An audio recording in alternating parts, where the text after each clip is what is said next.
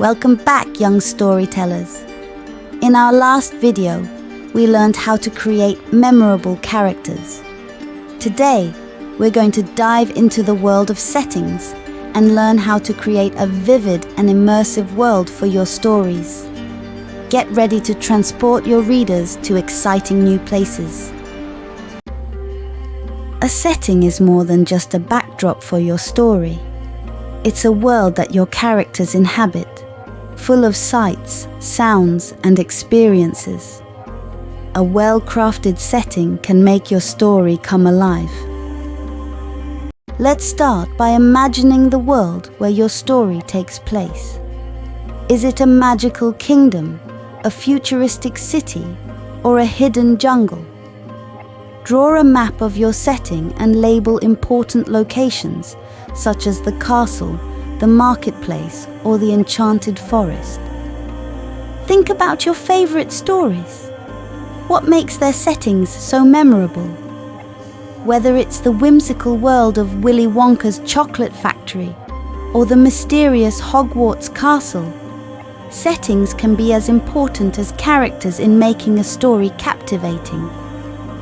Now describe your setting using all 5 senses. What does it look like? Is it lush and green, or barren and desolate?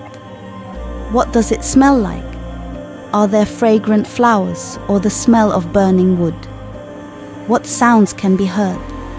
Is there the chatter of people or the rustling of leaves? How does it feel? Is the air warm and humid, or cold and crisp? And finally, What does it taste like? Is there a taste of salt in the air, or the sweetness of fresh fruit? create a mood board for your setting. Collect images that inspire you and help you visualize your setting. This can include pictures of landscapes, buildings, and even characters that inhabit your world.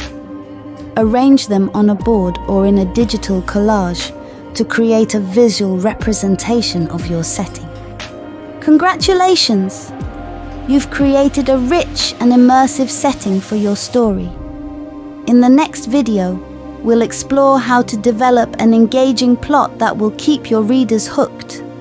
So keep dreaming, keep writing, and let your imagination soar. Don't forget to subscribe for more storytelling adventures. Happy writing!